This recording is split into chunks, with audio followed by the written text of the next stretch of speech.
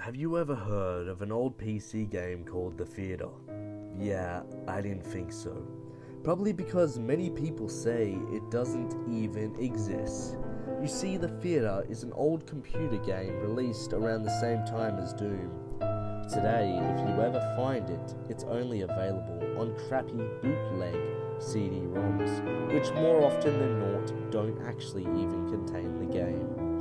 The actual legitimate copies that they say were released back in the day feature a blank cover with nothing but the sprite of what has simply been named the Ticket Taker. He is simply a poorly drawn, pixelated Caucasian, bald man with large red lips, wearing a red vest over a white shirt and black pants. He is completely emotionless, though some say if you smash the disc, his face is shown as angry the next time you look at the cover. But this is just dismissed as an urban myth. What is peculiar about The Theater is that there is no developing name on the jewel case, nor a game description on the back. It is simply the Ticket Taker with a white backdrop on both sides. The game was initially known for its inability to install correctly. The install process immediately locked up the computer when the user reaches the licensing. Also strange about the licensing agreement for The Theater is that whenever the development studio is supposed to be named, the text is simply a black line. Anyways, most people who have claimed to owning one of the original CDs say that they have figured out how to install the game by simply rebooting their computer on the licensing agreement with the disc still inside. They are prompted to press "I agree" on startup. Then they continue with the installation. The game then starts up without any introductions besides a main theatre that is simply the sprite of the movie theatre's exterior on the empty city streets. The title fades in and the three menu buttons appear. New game, load, options. Selecting options immediately crashes the game to the desktop. Load is said not to function at all. Even if you do have a saved game, nothing happens when you press it. Thus, new game is the only working menu option.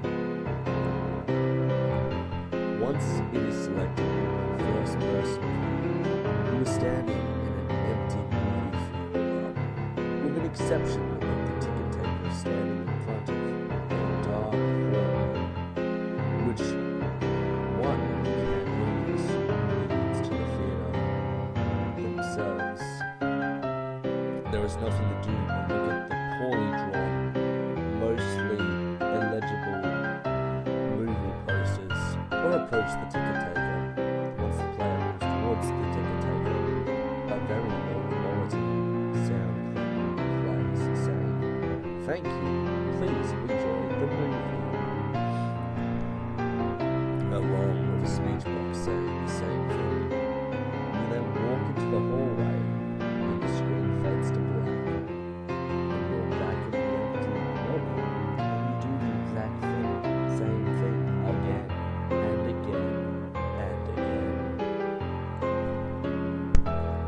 While this may sound like a horrible thing and a horrible game, a number of peculiar things occur as you continue to play it. The number of times that you have continued into the hall after giving your ticket to the ticket taker before the stranger comes happen is annoying. Most state that is completely random and could take anywhere from the first playthrough to the 400th. What happens though has deeply disturbed some players. The first occurrence is when the player fades back in after walking into the hallway. This time, they will notice the ticket taker is completely absent. The player then, without any other options, decides to walk into the dark hallway. The sound clip and the text box mentioned previously still play in the absence of the ticket taker. But when the player walks into the hallway, the screen does not fade out. It goes pitch black as they walk deeper into the hall. But the player's footsteps sound clip is still playing as they continue to push the up button on the keyboard. Those claiming to have played the original report to have felt extremely uncomfortable in the hallway, anticipating the whole thing. Something horrible happened. Well, eventually the player is unable to move forward.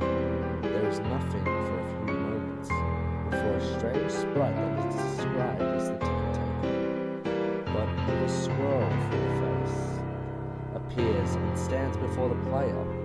The original players of the game say their bodies immediately froze up and their stomachs churned when they saw this sprite, which has now been appropriately named the Swirly Head Man. Nothing happens as the Swirly Head Man stands before them. Then suddenly a piercing screech plays as the game glitches out. This lasts for a few minutes. When the screeching being continuous, then the player is abruptly returned to the lobby and all the sounds and graphics being as they should be. The game continues normally for the next couple of cycles of entering the hallway, with a couple of the original players claiming the Swirly Head Man would briefly appear and disappear in the corner of the screen as a brisk yelp sound effect plays. Then, at the point of meeting the Swirly Head Man, the player sees the ticket taker pacing back and forth. Though there is no walking animation, the sprite's limbs are completely static, so he just hops up and down slightly as a substitute, with his eyes being wide and his mouth being open to stimulate a worried facial expression. Some players noted that the movie posters had been replaced with the images of the Swirly Head Man, which caused them to immediately turn the character's head away from the posters and approach the ticket taker. Then another different low-quality sound clip plays, but the speech box contains nothing but corrupted characters that cause whatever text that would have been to be completely illegible. Due to extremely low quality of the sound, it is debatable by players what exactly the ticket taker says at this point, though it is widely agreed that he says, "Never reach the other levels." Then the screen fades out once again, and returns the player back to their starting point in the lobby. But the ticket taker is gone, and the hallway is blocked by a large brick wall sprite. Touching the brick wall would immediately crash the game, and that's all there is to it. No one knows the other levels or how to gain access to them, nor it is known why the Swirly Head Man causes such acute fear in those who see him in the game. All the original copies in the theater have either been lost or destroyed. But the creepiest part is the fact that it is all the original players of the game claim to occasionally see a brief glimpse of the Swirly Head Man